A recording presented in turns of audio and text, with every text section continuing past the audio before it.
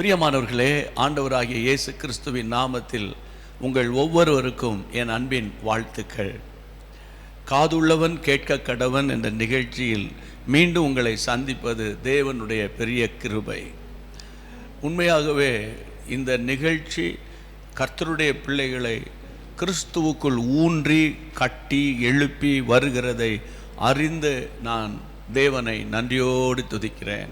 கடைசி நாட்களில் வந்துவிட்டோம் பிரியமானவர்களே. வருகையின் ஆண்டவராகிய இயேசுவினுடைய வருகையின் விளிம்பில் நாம் நின்று கொண்டிருக்கோம் என்றால் அது மிகையாகாது என்று நான் கருதுகிறேன். ஆகவே இந்த நாட்களில் காதுள்ளவன் கேட்க கடவன் என்ற நிகழ்ச்சி உங்கள் ஆசீர்வாதத்துக்காக சத்தியம் டெலிவிஷன் மூலமாய் தேவன் உங்களோடு பேசி வருகிறார். இந்த செய்தியை கேட்கும் போதெல்லாம் நீங்கள் சத்தியம் டிவிக்காக அதிகமாக கர்த்தரை ஸ்தோத்தரிக்கணும். ஆமேன். ஆண்டவருக்கு மகிமை உண்டாவதாக. இந்த நாளிலும் தேவனுடைய வசனத்துக்கு நம்ம போவதற்கு முன்பாக நம்ம எல்லாரும் இணைந்து ஜெபிக்கலாமா? எங்கள் பரிசுத்தமுள்ள நல்ல தகப்பனே, இப்பொழுதும் உம்முடைய நாமத்தினால ஆண்டவரே இணைந்து நாங்கள் ஜெபிக்கிறோம். ஆண்டவரே, காது உள்ளவன் கேட்க கடவன் என்று நீ சொன்னீரே, அந்த வார்த்தை எவ்வளவு அர்த்தம் உள்ளது, ஆழம் உள்ளதப்பா. இந்த நாட்களில் இந்த இரவு நேரத்தில் உம்முடைய பிள்ளைகள் தாகத்தோடு இந்த சத்தியத்துக்காக காத்திருக்கிறாங்கப்பா.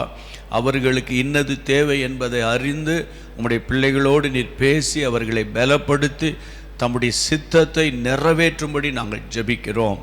ஜெபத்தை கேட்டதற்காக உமக்கு ஸ்தோத்திரம், உமக்கு ஸ்தோத்திரம். இயேசுவின் நாமத்தில் பிதாவே, ஆமேன். அன்பானவர்களே, இன்றைக்கு நீங்கள் வாசிக்க வேண்டிய கர்த்தருடைய வார்த்தை பழைய ஏற்பாட்டில் ஆபகுக் தீர்க்கதரிசியின் புத்தகம் 2ஆம் அதிகாரம் 3ஆம் வசனம். குறித்த காலத்திற்கு தரிசனம் இன்னும் வைக்கப்பட்டிருக்கிறது. முடிவிலே அது விளங்கும். அது பொய் சொல்லாது. அது தாமதித்தாலும் அதற்கு காத்திரு. அது நிச்சயமாய் வரும். அது தாமதிப்பது இல்லை.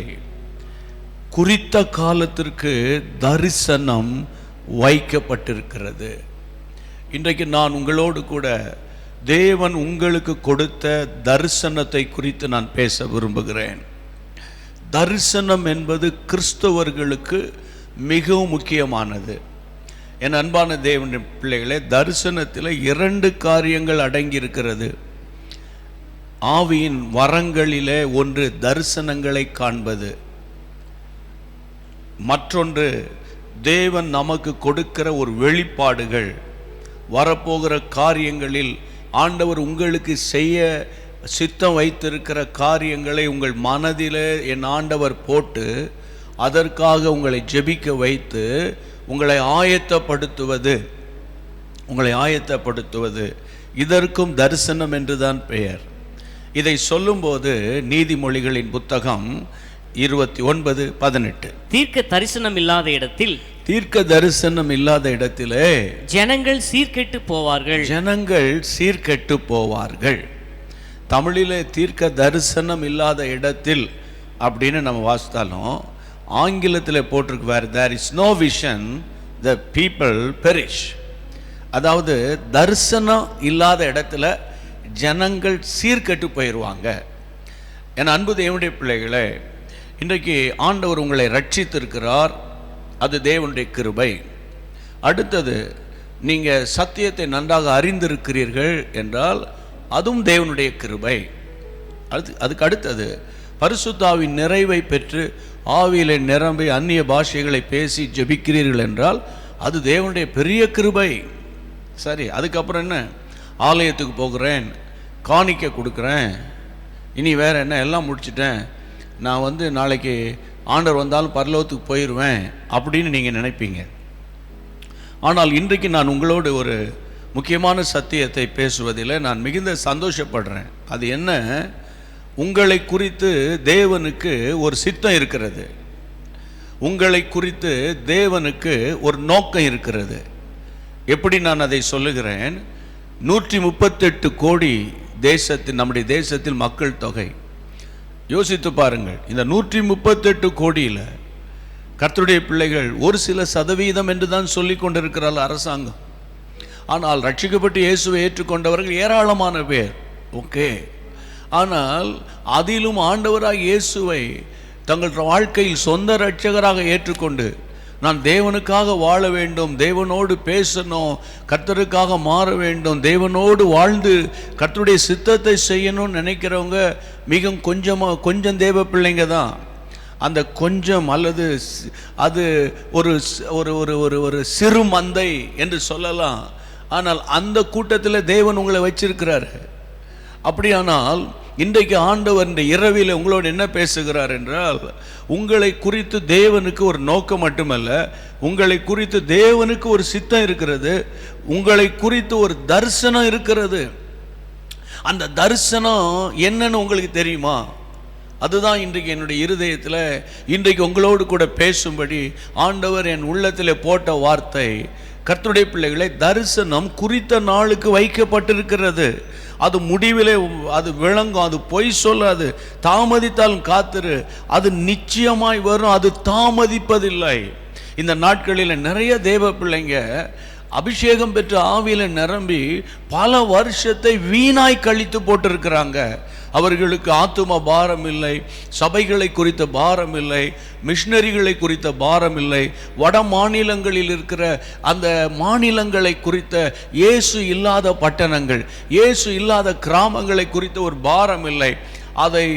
அப்படிப்பட்ட பாரத்தை சொல்லுவாரும் அதிகமாய் குறைந்து விட்ட ஒரு காலம், அந்த நாட்கள்லாம் 30 வருஷத்துக்கு முன்னால் கர்த்தருடைய பிள்ளைகளை மிஷனரி தரிசன முகாம் என்று நடத்துவாங்க தமிழகத்தில் பல பட்டணங்களில்.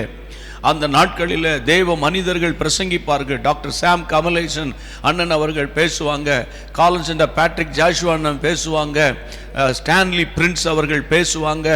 கர்த்தருடைய பிள்ளைகளை இப்படி அநேக தேவ மனிதர்கள் பேசுவாங்க. விஸ்வானி எமில் ஜெபசிங் அண்ணன் பேசுவாங்க. அந்த பேசும்போது அநேகர் கண்ணீரோடு கூட மிஷனரி ஊழியத்துக்கு ஒப்பு கொடுப்பாங்க. அவர்களுக்கு சில காலம் பயிற்சி கொடுத்து அவர்களை வட மாநிலத்துக்கு அனுப்புவாங்க. அவர்கள் மொழி தெரியாத, இனம் தெரியாத, இடம் தெரியாத, திசை தெரியாத இடங்களுக்கு போய் அங்கு தங்கி போராடி ஊழியம் செய்வாங்க. கொஞ்ச காலத்தில் பாருங்க, அவங்க மூலமாக அங்கே ஒரு பெரிய ஆலயம் கட்டப்படுகிறது. இந்த நாட்களில் அப்படிப்பட்ட ஒரு காலத்தை என்னால் பார்க்க முடியவில்லை, அப்படிப்பட்ட நிகழ்வுகளை பார்க்க முடியவில்லை. காரணம் என்னவென்று கேட்டால், இப்படிப்பட்ட தரிசனத்தை குறித்து பேசுவதற்கு ஆட்கள் குறைந்து விட்டார்கள். இன்றைக்கு நான் உங்களுக்கு சொல்றேன், விசுவாசியே, நீங்க விசுவாசத்தில் வந்த பிறகு கர்த்தர் உங்களுடைய தரித்திரத்தை மாற்றினார், உங்களுக்கு வேலையை கொடுத்தார், உங்கள் பலவீனங்களை மாற்றினார், சுகத்தை கொடுத்தார், உங்களுக்கு நல்ல குடும்ப வாழ்க்கை தந்தார், பிள்ளைகளை தந்தார், எவ்வளவு வருமானத்தை கர்த்தர் தந்திருக்கிறார். அந்த வருமானத்தின் ஒரு பகுதியை தேவனுடைய ஊழியத்தை கொடுத்துட்டு தோத்திரன்னு சொல்லி கண்ணை மூடி தூங்கிடுறீங்க டெய்லி. ஆனால் இன்றைக்கு ஆண்டவர் உங்களோடு பேசுகிறார். What is your vision? உங்களுடைய தரிசனம் என்ன? எதற்காக நான் அழைக்கப்பட்டேன்? அப்போஸ்தலனாகிய பவுல் சொல்வார்ல, எதற்காக நான் அழைக்கப்பட்டேனோ, அல்லவட்டால் எதற்காக பிடிக்கப்பட்டேனோ, ஆசையாய் தொடர்கிறேன், லக்கை நோக்கி தொடர்கிறேன் என்று அவர் அழகாய் சொல்லுகிறாரு. அப்ப நீங்க எதற்காக இயேசுவால் பிடிக்கப்பட்டீங்க? ஏதோ ஒரு 1.5 மணி நேரம் 2 மணி நேரம் ஆலயத்தில் போய் கைத்தட்டி பாட்டு பாடி தோத்திரம் பாஸ்டர் அப்படின்னு சொல்லிட்டு வர்றதுக்காக கர்த்தர் உங்களை அழைத்தார். அது நமக்கு தேவை. ஆனால் உங்களை குறித்து ஒரு தேவ நோக்கம் இருக்கிறது அல்லவா, உங்களை குறித்து தேவ சித்தம் இருக்கிறது அல்லவா, அதை நீங்க கண்டுபிடிச்சிங்களா? அதுதான் இன்னைக்கு ரொம்ப முக்கியம். இன்றைக்கு அந்த அநேக தேவ பிள்ளைங்க தங்களுடைய தரிசனத்தை கண்டுபிடிக்க முடியல. எதற்காக ஆண்டவர் என்னை அழைத்தார் தெரியல. சொல்லப்போனால் சில ஊழியம் செய்கிறவங்க கூட உங்களுடைய அழைப்பு என்னென்னா, ஏதோ கூப்பிட்டாங்க போனேன், ஏதோ இங்கே இந்த ஸ்தாபனத்தில் ஊழியம் பண்ணிக்கிட்டு இருக்கேன், ஏதோ சம்பளம் கொடுக்குறாங்க, ஏதாவது அப்படியே குடும்பம் ஓடுது, அப்படியே மெயின்டைன் பண்ணிட்டு போகிறேன், அவ்வளோதான். ஆனால் என்னை குறித்த ஒரு தெளிவான தரிசனத்தை என்னால் கண்டுபிடிக்க முடியவில்லை. இன்றைக்கு கர்த்தருடைய நாமத்தினால நான் உங்களுக்கு சொல்லுகிறேன், கர்த்தருடைய பிள்ளைகளை, அப்போஸ்தலர் 26ஆம் அதிகாரத்திற்கு உங்கள் பரிசுத்த வேதாகமத்தை நீங்கள் திறந்து கொள்ளுங்கள். அப்போஸ்தலர் 26ஆம் அதிகாரத்தினுடைய 19ஆம் வசனம் என்ன சொல்லுகிறது பார்க்கலாமா? 19ஆம் வசனம் 26:19. ஆகையால் அகிரிப்பா ராஜாவே, நான் அந்த பரம தரிசனத்திற்கு கீழ்ப்படியாதவனாய் இருக்கவில்லை. அப்போஸ்தலனாகிய பவுல் சொல்றாரு, அந்த பரம தரிசனத்துக்கு நான் கீழ்ப்படியாம இருக்கவில்லை. தரிசனம் என்று சொல்லாமல் பரம தரிசனம் அப்படின்னு என்ன அர்த்தம்? பரலோகத்திலிருந்து எனக்கு கொடுக்கப்பட்ட அந்த தரிசன நோக்கம். அன்றைக்கு இவர் சவுலா இருந்த காலத்தில் உங்களுக்கு தெரியும், தமஸ்குவின் பாதையில் வழியாய் போகும்போது ஆண்டவரால் தொடப்பட்ட போது ஆண்டவர் அவரை சந்தித்த உடனே ஆண்டவரை பார்த்து அவர் ஜெபித்த ஜெபம் என்ன? ஆண்டவரே, நான் என்ன செய்ய சித்தமாயிருக்கிறீர்? நான் என்ன செய்ய சித்தமாயிருக்கிறீர்? அதுவரைக்கும் இல்லாத ஒரு கேள்வி அவருடைய உள்ளத்திலிருந்து வருகிறது. அதுவரைக்கும் இல்லாத ஒரு வார்த்தை, நான் என்ன செய்ய சித்தமாயிருக்கிறீர்? நீங்களும் ஜெபம் பண்ணும்போது நீங்க ஏதாவது ஒரு ஆசீர்வாதத்தை கேட்கும்போது, உமக்கு சித்தமானால் இதை தாரும், உமக்கு சித்தமானால் இந்த வீட்டை தாரும், உமக்கு சித்தமானால் இந்த வாகனத்தை தாரும், உமக்கு சித்தமானால் இந்த பணத்தை தாரும், அப்படி கேட்கிறோம். அப்படி ஏதாவது ஒன்று நம்ம ஒரு பாயிண்ட்டை வச்சு தான் ஆண்டவர்கிட்ட கேட்கிறோம். என்னைக்காவது ஆண்டவரே நீர் என்ன செய்ய சித்தமாயிருக்கிறீர்? ஆண்டவரே, என் வாழ்க்கையில் என்ன செய்யணும்னு நீங்க சித்தம் வச்சிருக்கிறீங்க? அப்படிப்பட்ட ஒரு வார்த்தை உங்களிலிருந்து வருமானால் உங்களை குறித்த தரிசனத்தை என் ஆண்டவர் காட்டுவார். இந்த அகிரிப்பா ராஜாவுக்கு முன்பதாக அந்த முழு வசனங்களை நீங்கள் 26ஆம் அதிகாரத்தை ஒன்று விடாம நீங்க வாசித்து பார்த்தீங்கன்னா, கர்த்தருடைய குறிப்பாக அந்த 13, 14, 15 வசனங்களிலே 16ஆம் வசனங்களிலே அவர் தான் பெற்ற தரிசனத்தை அப்படியே ஒவ்வொன்றாக அழகாய் விவரித்து சொல்வார். ஏனென்றால் அவர் தரிசனம் பெற்ற ஒரு தேவ மனிதன். ஆமென். அதனால் தான் அவருடைய ஓட்டம் ஜெயமாய் முடிந்தது. நல்ல போராட்டத்தை நான் போராடினேன், ஓட்டத்தை முடித்தேன், விசுவாசத்தை காத்துக்கொண்டேன். இது முதல் அந்த நீதியின் கிரீடம் எனக்காக வைக்கப்பட்டிருக்கிறது.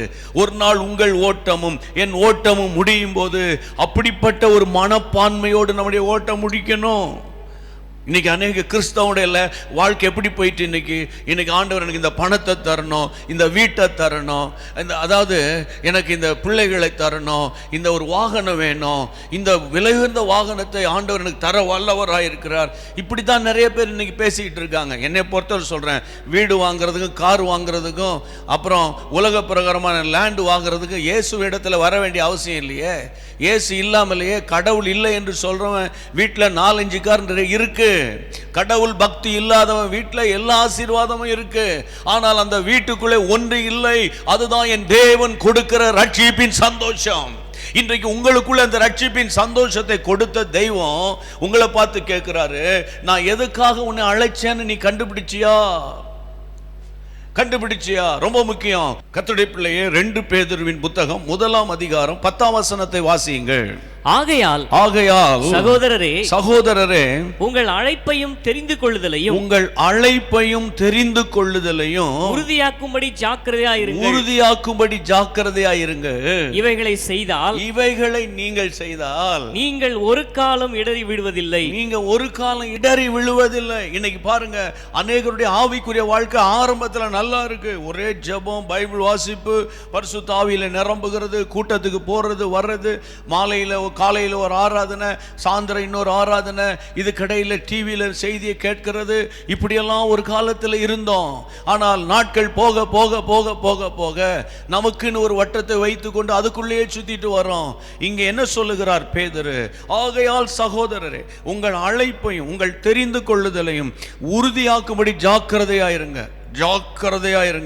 அந்த வார்த்தையை சொல்லி பாருங்க, ஜாக்கிரதையா இருங்க. இதுல உங்கள் அழைப்பு என்ன, உங்கள் தெரிந்து கொள்ளுதல் என்ன, அதை முதல்ல கன்ஃபார்ம் பண்ணுங்க. இன்றைக்கு நிறைய பேருக்கு ஊழியம் செய்ய ஆசை. இப்போ நான் பிரசங்கிக்கிறேன் என்றால் என்னை போல பிரசங்கிக்கிற நிறைய பேருக்கு ஆசை. இங்கே ஒருவர் பாடுவார் என்றால் அவரை போல பாட ஆசை, அவரை போல ஆராதனை நடத்த எனக்கு ஆசை. இன்னொருவர் ஒரு வல்லமையா சத்தம் போட்டு பேசும், ஆண்டவரே இவரை போல என்னை மாற்றும், அப்படி நிறைய பேர் விரும்புறீங்க. அது நல்லது, தவறு இல்லை. ஆனால் உங்களுக்குன்னு ஒரு காலிங் வச்சிருக்காருல்ல, உங்களுக்குன்னு ஒரு நோக்கம் வச்சிருக்காருல்ல, அதை நீங்க கண்டுபிடிக்கணுமே பிரியமானவர்களே. அதை தான் பேதுரு சொல்றாரு, உங்கள் அழைப்பையும் உங்கள் தெரிந்து கொள்ளுதலையும் உறுதியாக்கும்படி நீங்க ஜாக்கிரதையா இருங்க, ஜாக்கிரதையா இருங்க. இன்றைக்கு நான் கர்த்தருடைய நாமத்தினால நான் உங்களுக்கு சொல்றேன், இந்த தரிசனத்தை விட்டு மாறி நம்ம எப்போ போறோம், தரிசனத்துக்கு எப்போ கீழ்ப்படியாம போகிறோம். நான் உங்களோட சில வார்த்தைகளை பேசுறேன். இப்போ எல்லாரும் தான் எல்லாம் செய்கிறோம். ஆனால் எனக்கு கொடுக்கப்பட்டதை நான் நிறைவேற்றணும், உங்களுக்கு கொடுக்கப்பட்டதை நீங்கள் தான் நிறைவேற்ற முடியும், நான் நிறைவேற்ற முடியாது. எனக்கு ஆண்டவர் செய்ய சொன்னதை நான் தான் செய்ய முடியும். நல்ல காது கொடுத்து கேளுங்க, காது உள்ளவன் கேட்க கடவன்ற நிகழ்ச்சியில் தான் நான் இப்படி உங்களோட பேசிக்கிட்டு இருக்கிறேன். உங்களுக்குன்னு ஒரு ட்ராக் வச்சுருப்பாரு, அந்த ட்ராக்கில் தான் நீங்கள் போகணும். பார்த்தீங்கன்னா சென்னையில் கர்த்தருடைய பிள்ளைகளை இந்த யானை கவுனி அப்படிங்கிற ஒரு ஏரியா இருக்குது. அங்கே ஒரு மேம்பாலம் இருக்கிறது. அந்த மேம்பாலத்துலேருந்து கீழே பார்த்தீங்கன்னா நிறைய பழைய குட்ஸ் ட்ரெயின், பழைய கம்பார்ட்மெண்ட்ஸ் அதெல்லாம் வந்து அங்கே நிறைய கிடக்கும். நீங்கள் வேணால் பாருங்கள். அதெல்லாம் என்னன்னு தெரியுமா உங்களுக்கு? ஓடி உழைச்சி கடைசியில் ட்ராக் மாறி போனதுனால ஆக்சிடென்ட் ஆன நிறைய கம்பார்ட்மெண்ட்ஸ் அங்கே சும்மா கிடக்குது.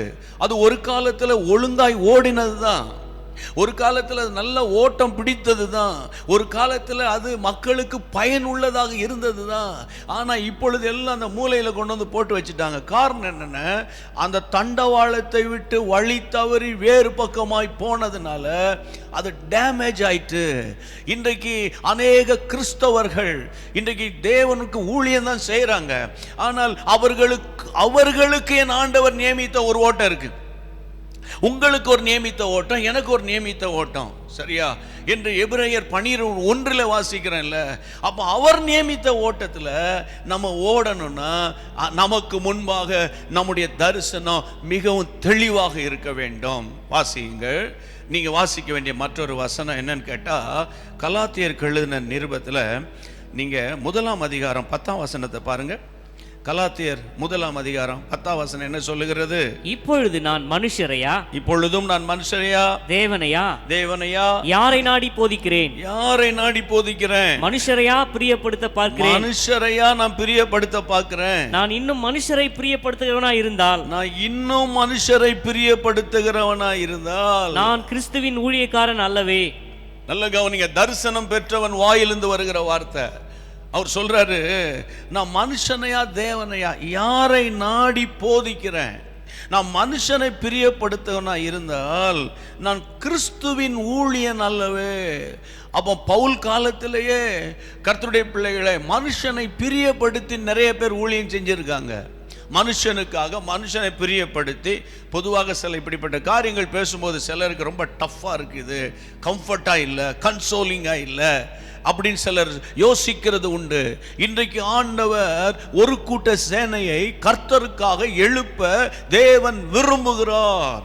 அன்றைக்கு கிதியோனின் காலத்தில் ஆண்டவர் கிதியோனை பார்த்து சொல்லிட்டார், உனக்கு இருக்கிற இந்த பலத்தோட போ, உன்னை அனுப்புகிறவர் நான் அல்லவா, பராக்கிரமசாலியே, கர்த்தர் உன்னோடு கூட இருக்கிறார் அப்படின்னு சொன்னதான உங்களுக்கு ஞாபகம் இருக்கும்ல? நியாயாதிபதிகள் 6ஆம் அதிகாரத்தில் உடனே போனான்.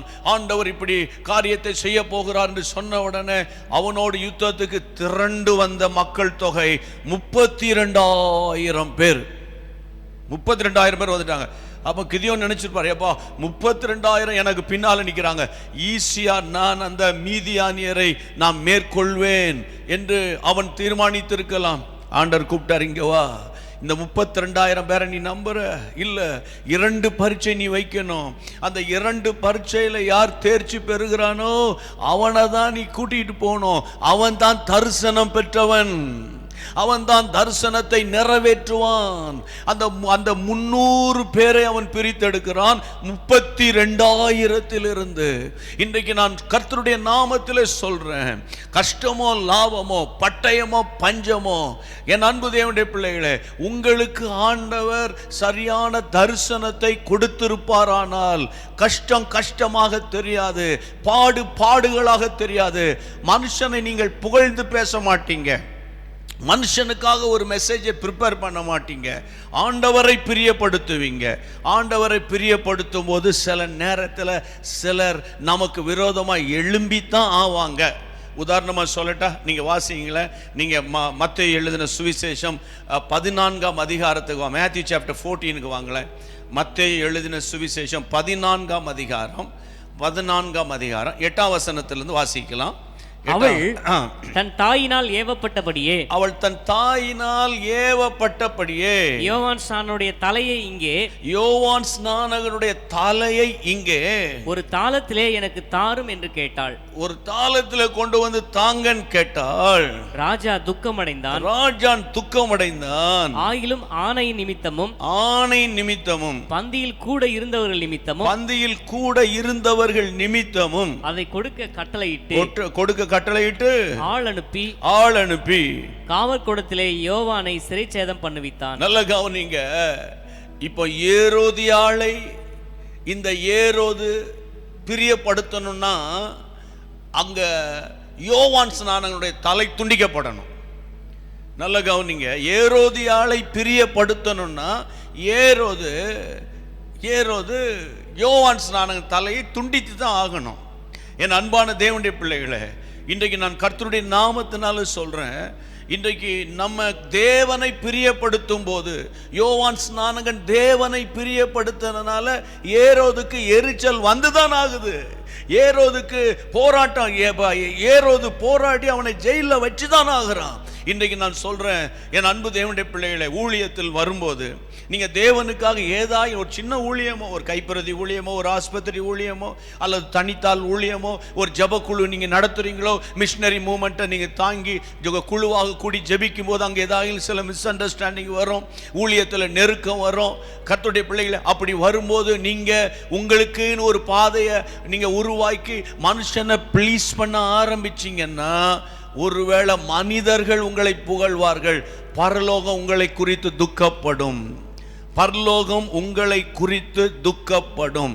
வேதத்தில் வாசிக்கிற இல்லையா, கர்த்தருடைய பிள்ளைகளை, இந்த பிலாத்தும் மனுஷரை பிரியப்படுத்துவதற்காக இயேசுவை சிலுவைக்கு அனுப்ப அவன் ஆயத்தமாயிருந்தான்.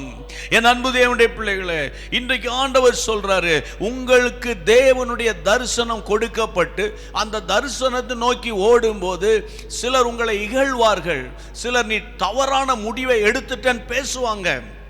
அல்லாவிட்டால் நீங்க இந்த உலகத்தில் இருக்கீங்க, நீங்க உலகத்துக்கு கொஞ்சம் ஒத்துதான் போகணும், இது இப்படி நீங்க இப்படி இருக்கக்கூடாது என்றெல்லாம் நிறைய பேர் உங்களுக்கு ஆலோசனை கொடுக்க முன் வருவார்கள். ஆனால் நீங்கள் கஷ்டப்படும் போது உங்கள் மத்தியில் உங்களுக்காக வந்து நிற்க மாட்டாங்க. ஆனால் நீங்கள் கிறிஸ்துவின் நிமித்தம் வரும் பாடுகளிலும் துன்பங்களிலும் என் ஆண்டவர் உங்களோடு கூட இருப்பார். ஆனால் நீங்கள் யாரை பிரியப்படுத்துகிறீர்கள் என்று தயவு செய்து யோசித்து பாருங்கள். 1 சாமுவேலின் புத்தகத்தில் ஆண்டவர் சொல்லுகிறார், 15ஆம் அதிகாரத்தில் 1 சாமுவேல். நம்ம ஜெபிக்க போகிறோம். அதுக்கு முன்பாக இந்த சத்திய வசனத்தை உங்களோட நான் பேச பிரியப்படுறேன். 1 சாமுவேலின் புத்தகம் நானும் திருப்புகிறேன், நீங்க திருப்புங்க. பாருங்க, 15ஆம் அதிகாரத்தினுடைய 11ஆம் வசனத்தை வாசிக்கிறோம், நீங்க கவனிங்க. நான் சவுலை ராஜாவாக்கினது எனக்கு மனஸ்தாபமாய் இருக்கிறது. அவன் என்னை விட்டு திரும்பி என் வார்த்தைகளை நிறைவேற்றாமல் போனான் என்றார். என்னுடைய வார்த்தைகளை நிறைவேற்றாமல் போனான். நல்லா கவனிங்க. ராஜா சவுல் ஒரு ராஜா, அவன் தேவனுடைய அபிஷேகம் பெற்றிருக்கிறான். ஆண்டவர் சொன்ன வார்த்தை என்ன? நீ அமலேக்கோடு அன்பு பாராட்டாத. நீங்க 3ஆம் வசனத்துல வாசிக்கலாம். அந்த 1 சாமுவேல் புத்தகம் அது 15:3 நீ போய் அமலேக்க மடங்கடி.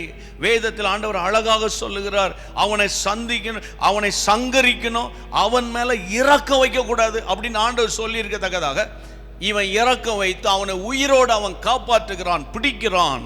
உடனே ஆண்டவர் சொல்லிட்டாரு, ஆண்டவர் அழகா சொல்லிட்டாரு, தீர்க்கதரிசியை கூப்பிட்டு, இவனை ராஜாவாய் மாற்றினது எனக்கு ரொம்ப மனஸ்தாபமாக இருக்கிறது. இவன் அமலேக்கோடு இவன் சம்பந்தம் கலந்துட்டான், அமலேக்கை பிரியப்படுத்திட்டான். இன்றைக்கு ராத்திரி வேளையில் நான் சொல்லுகிறேன், ஊழிய களத்தில் நீங்கள் இருப்பீர்கள் என்றால் கிறிஸ்துவை பிரியப்படுத்துவதிலேயே நீங்கள் நோக்கமாய் இருக்க வேண்டும். அப்போது ஆண்டவர் அதற்குரிய பிரதிபலனை இந்த பூமியிலேயே உங்களுக்கு தருவார். உங்கள் தரிசனத்தை நோக்கி ஓடுங்கள். மற்றவருடைய தரிசனத்தை நீங்க ஃபாலோ பண்ணாதீங்க. உங்களுக்குன்னு ஒரு ஸ்பெஷாலிட்டி இருக்கு, உங்களுக்குன்னு ஒரு சிறப்பு தன்மை இருக்கு. அதிலே நின்று ஜெபிக்க ஜெபிக்க ஜெபிக்க அதற்குரிய அபிஷேகத்தை கர்த்தர் கொடுக்க ஆண்டவர் உங்களை தரமான ஒரு தேவ பிள்ளையாய் மாற்றிடுவார். காதுள்ளவன் கேட்க கடவன். தயவு செய்து சொல்றேன், காலத்துக்கு ஏற்ற வண்ணமாய், சூழ்நிலைக்கு ஏற்ற வண்ணமாய் சிலர் தடுமாறுகிறது போல தயவு செய்து தடுமாறாதீங்க. நீங்க என்ன நோக்கத்துக்காக அழைக்கப்பட்டீங்களோ, எந்த நோக்கத்துக்காக பிரித்தெடுக்கப்பட்டீங்களோ, அந்த நோக்கத்தை மட்டும் நீங்க நோக்கி பாருங்க. ஆமென். நோக்கி ஒரு பிசினஸ் மேனா இருந்தாலும் நீங்க தொழில் செய்துக்கிட்டே ஊழியம் செய்யலாம். ஓகே, ஒரு ஆசிரியராக இருந்தாலும் வேலை பார்த்துக்கிட்டே ஊழியம் செய்யலாம். அல்ல டாக்டர்ஸாக இருந்தாலும் நீங்க நேரம் கிடைக்கும் போதெல்லாம் ஊழியத்தில் இணைந்து கொள்ளலாம். நீங்கள் ஏதாயில் ஒன்றை தேவனுக்காக செய்யணும். காதுள்ளவன் கேட்க கடவன். தயவு செய்து உங்களுடைய டைம் எல்லாம் வேஸ்ட் பண்ணிடாதீங்க. சிலர் சொல்லுவாங்க, சிலர் பார்த்தீங்கன்னா இந்த ரிட்டையர்ட் ஆகிறதுக்கு ஒரு 2-3 வருஷம் இருக்கும்போது அவங்க விஆர்எஸ் கொடுத்துட்டு, நான் விசுவாசத்தோடு நான் விஆர்எஸ் கொடுத்துட்டு முழு நேர ஊழியத்துக்கு வந்துட்டேன் அப்படி சொல்றவங்க, அப்படிப்பட்டவங்க தயவுசெய்து நான் பேசுறேன் தப்பா நினைச்சிடாதீங்க. ஐயா, ஓடி ஆடி ஒடுங்கி மூலையில் உட்கார்ற நேரத்தில் நீங்க வர்றதை விட ஒன்று சொல்றேன், தேவனுக்காக நல்ல பலசாலியா இருக்கும்போது நீங்க வந்தா தான் அதற்குரிய ஊழியத்தை கர்த்தர் கொடுக்க முடியும். ஒரு வகைக்கு பரவாயில்ல, கடைசி காலத்திலேயாவது ஓஞ்சு போற நேரத்திலேயாவது ஊழியத்துக்கு வர்றதை நினைச்சு ஒரு பக்கம் சந்தோஷம் இருந்தாலும் ஆண்டவருக்கு கொடுக்க வேண்டியது தி பெஸ்டா கொடுக்கணும். ஆமென், ஹல்லேலூயா. ஆண்டவர் நடத்துவார். இயேசுவின் நாமத்தினால சொல்றேன், இன்னைக்கு இருக்கிற சிச்சுவேஷனை பார்க்காதீங்க. வாலிபர்களுக்கு பேசுறேன், நடுத்தர வயது உள்ளவர்களுக்கு பேசுறேன், இன்னைக்கு இருக்கிற சிச்சுவேஷனை பார்க்காதீங்க. ஊழியம் என்றால் எங்களை மாதிரி ஃபுல் டைமா தான் வரணும்னு கிடையாது. நீங்க என்னென்ன தொழில் செய்றீங்களோ, என்னென்ன வேலை பார்க்குறீங்களோ, அது வேலை பார்த்துக்கிட்டே இன்னொரு பக்கம் கர்த்தருடைய பிள்ளைகளை நீங்க ஊழியத்தை செய்யலாம். அதுக்கு பேர் பார்ட் டைம் கிடையாது, உண்மையா அதுக்கு பேர் ஓவர் டைம்னு சொல்லணும். Over time. ஏன்னா நீங்க வேலையும் பார்த்துட்டு குடும்பத்தையும் பார்த்துட்டு மிச்சம் கொஞ்சம் நேரம் இருக்கும்போது ஊழியம் செய்றீங்க பாருங்க, நீங்க உண்மையிலேயே நீங்க விசேஷமானவர்கள். கையை உயர்த்தி ஆண்டவரை தோத்திரம் பண்ணுங்க. ஆனால் ஆண்டவர் உங்களுக்கு கொடுத்த தரிசனத்துல ஓடணும். இன்னொருத்தருடைய அஸ்திபாரத்தில் நீங்க வீட்டை கட்டக்கூடாது. சரியா? கர்த்தருடைய பிள்ளைகளை உங்களுக்கு கொடுக்கப்பட்ட நேரத்தில் நீங்க கரெக்டா போகணும். ஜெபம் பண்ணலாமா எல்லாரும்? ஆண்டவராக இயேசுவின் நாமத்தினால இணைந்து ஜெபம் பண்ணுவோமா? இந்த காது உள்ளவன் கேட்க கடவன் என்ற இந்த அருமையான இந்த நிகழ்ச்சி இன்றைக்கு இரவில் ஆண்டவர் உங்களுக்கு இந்த பரம தரிசனத்தை கொடுக்கட்டும். ஆண்டவர் உங்களுக்கு சரியான வழி காட்டட்டும். நம்ம ஜெபிப்போம். பரிசுத்தமுள்ள பிதாவே, ஆண்டவராகிய இயேசுவின் நாமத்தினால இன்றைக்கு இந்த செய்தியை கேட்ட ஒவ்வொரு தேவ பிள்ளைகளுக்காக நான் ஜெபிக்கிறேன்.